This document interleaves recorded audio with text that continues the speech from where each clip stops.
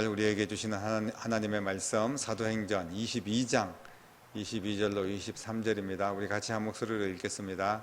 이 말하는 것까지 그들이 듣다가 소리질러 이르되 이러한 자는 세상에서 없애버리자 살려둘 자가 아니라 하여 떠들며 옷을 벗어 던지고 티끌을 공중에 날리니. 아멘. 예루살렘에서 쇠사슬에 묶여서 이 천부장에 의해서 결박을 당한 바울 사도가 천부장하고 이제 헬라 말로 같이 소통을 하면서 천부장에게 허락을 받습니다. 잠시 백성들에게 말할 수 있는 시간을 얻게 된 거죠. 21장 40절에 나오는 말씀입니다. 그래서 이 말씀을 통하여서 사도 바울이 이제 그야말로 간증을 하는 겁니다. 어떤 사람에게는 변명으로 들리고 어떤 사람에게는 헛소리로 들리고 미친 소리로 들리고 죽을 그런 이야기를 하고 있구나 이렇게 들리기도 하지만 사도 바울은 지금 하나님께서 자기에게 역사하신 그 모든 내용에 대해서 정말 간추려서 짧게 간증을 하면서 복음을 전하는 그런 내용이 나옵니다. 이 쇠사슬에 묶여가지고 지금 복음을 전할 그런 처지는 사실 아닙니다. 그런데 사도 바울은 쇠사슬에 묶여있던 감옥에 갇혀있던 풀리던 건강하던 몸이 아프던 그 상황에 맞게 주의 사명을 감당했고 복음 전하는 일을 포기하지 않았던 것을 우리는 말씀을 통하여 기억합니다. 히브리 말로 이제 자신을 소개합니다. 지금 천부장하고 이야기할 때는 헬라 말로 내가 이 사람들에게 정말 할 이야기가 있다. 시간을 좀 달라. 이렇게 이야기해가지고 천부장이 허락을 합니다. 물론 야 헛소리 하지 마라. 네가 지금 쇠사슬에 묶여가지고 무슨 할 말이 있다 그러느냐 이러면서 당장 끌고 가 이러면 끝나는 거예요. 그런데 이 천부장이 허락한 것도 천부장이 성품이 좋고 이런 것도 있지만 하나님께서 역사하신 것인 줄로 믿으시길 바랍니다. 그래서 이제는 지금 헬라어나 또 히브리 말이나 능통했던 이 사도 바울이 이제는 많은 그 청중들 앞에서 히브리 말로 자신을 소개합니다. 내가 누구인지를 말하는 겁니다. 원래 나는 정말 혈통이 유대인이고 그리고 바리새인이고 그리고 나는 오히려 예수 믿는 사람들을 때려잡아 죽였던 그런 사람이고 또 스데반 집사님이 돌에 맞아 죽을 때 내가 거기서 정말 제일 앞에서 앞장서 가지고 진두지휘했던 그런 사람이었다는 것을 소개를 합니다. 그런데 그러면서 예수님을 만난 이야기도 하고 여러 가지 이제 이야기들을 하는데 여러 가지 이야기를 다 듣다 그 많은 유대인들이 22절에 21절까지 이제 이 말씀을 듣다가 사도 바울의 이야기를 듣다가 23절부터 이 말하는 것까지 듣다가 이렇게 이야기를 하죠. 그러면서 소리를 질러서 이야기를 합니다. 소리를 질러서 이러한 자는 세상에서 없애버리자. 살려둘 자가 아니다. 떠들며 옷을 벗어 던지고 티끌을 공중에 날리고 이런 일들을 합니다. 여기 위에 23절 말씀이죠. 많은 사람들이 사도 바울의 이야기를 더는 못 듣겠다는 거죠. 정말 눈 뜨고 더 들을 수 없는 이야기다. 이렇게 이야기를 합니다. 이들이 한 목소리로 바울을 살려둘 수 없다. 이렇게 외치고 바울에게 달려들고 어떤 이는 자기 분에 견디지 못하고 옷을 던지고 티끌을 공중에 날리고 이런 일들을 한 것을 보게 됩니다. 도대체 이 사람들이 이렇게 흥분하는 이유가 무엇일까요? 사도 바울이 도대체 무슨 말을 했길래 이렇게까지 흥분하느냐는 겁니다.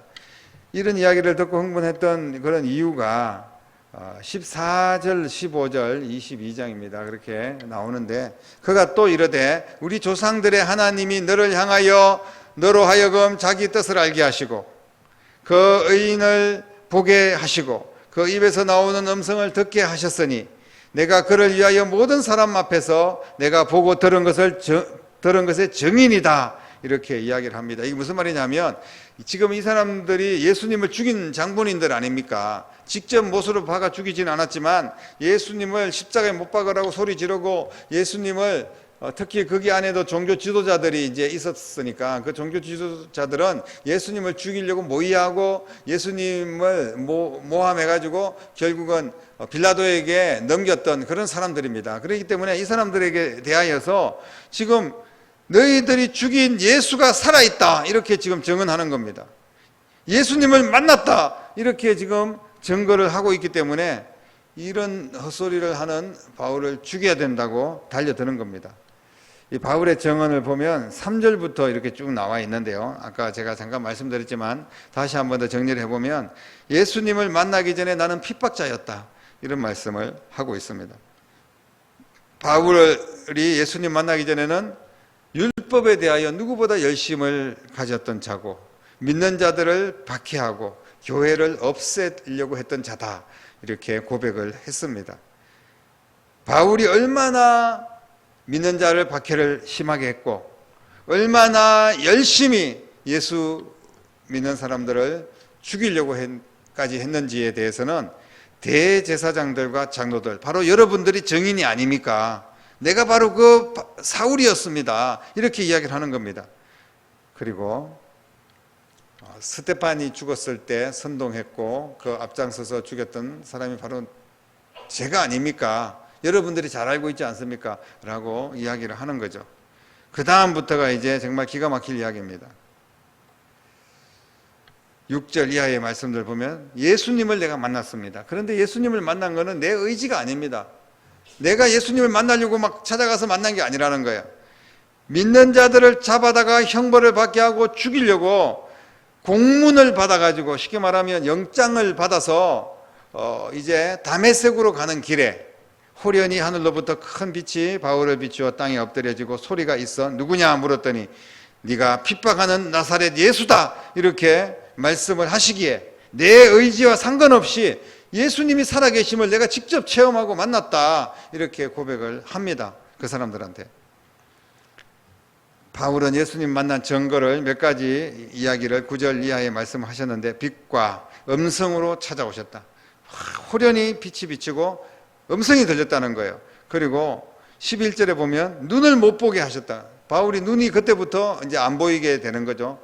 겨우 그냥 걸어 다닐 정도로 장애가 심각한 그런 소경에 가까울 정도로 그렇게 눈이 보이지 않는 상태에서 그런 일들을 한 겁니다.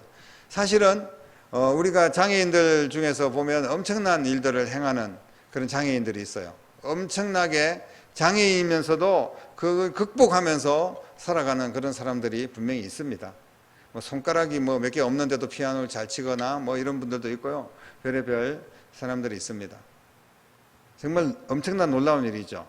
장애가 사실은 복음을 전하는 데 있어서도 하나님의 일을 하는 데 있어서도 장애가 장애될 수 없다라는 것을 사도 바울이 증명하고 있습니다. 앞도 거의 보이지 않고 그야말로 더듬거리면서 다녀야 될 정도의 그런 분이 복음을 전하는 거예요. 그러면서 얼마나 눈 좀 고쳐달라고 사도 바울이 하나님 앞에 3번이나 기도를 했는지 모릅니다. 그런데 주님께서 네 은혜가 내게 족하도다 이렇게 말씀하셨잖아요. 오히려 그 장애로 인하여서 주님을 더 붙들게 되고 오직 주님만 의지하고 가는 겁니다. 그런데 주님께서 그 길을 환하게 비춰주신 거예요. 그렇게 예수님께만 집중할 수 있도록 그렇게 하셨다는 겁니다. 그리고 아나니아를 통해서 처음에는 아예 눈이 안 보였는데 아나니아를 통해서 치유를 하십니다. 그래서 예수님의 살아계신 역사를 보게 됩니다.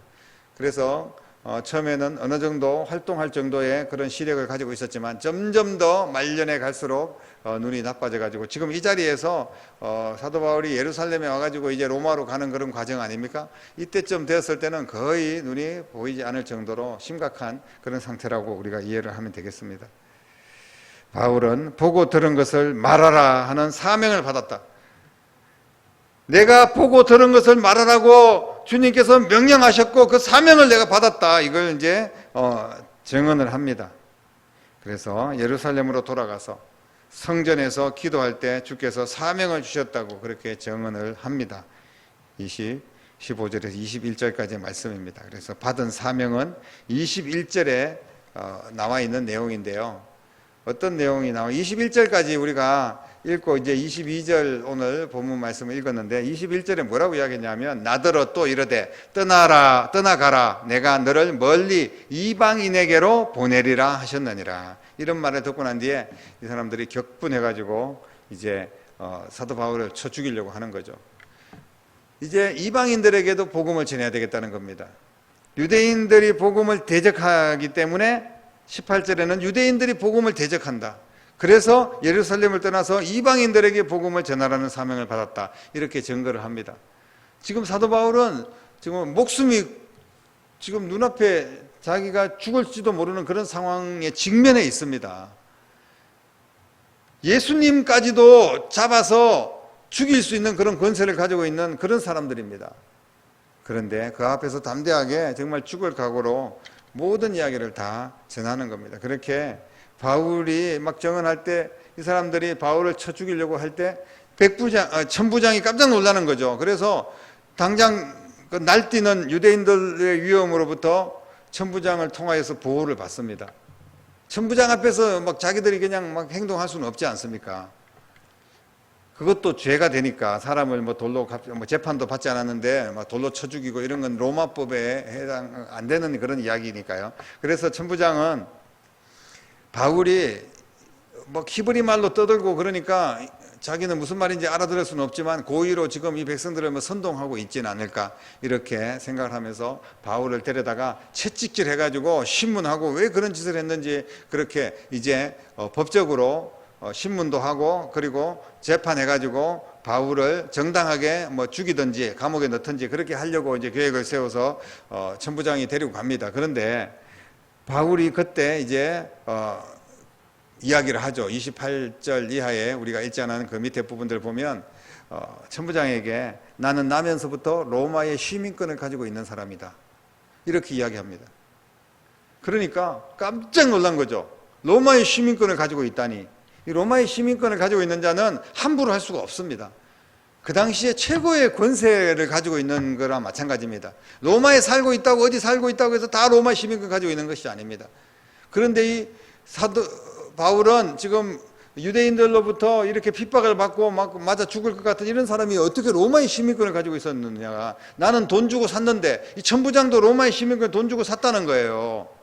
근데 너는 도대체 로마 시민권을 어떻게 가지고 있느냐 이렇게 물어본 겁니다. 그랬더니 나는 태어날 때부터 로마 시민을 가지고 시민권자다 이렇게 이야기를 하는 겁니다.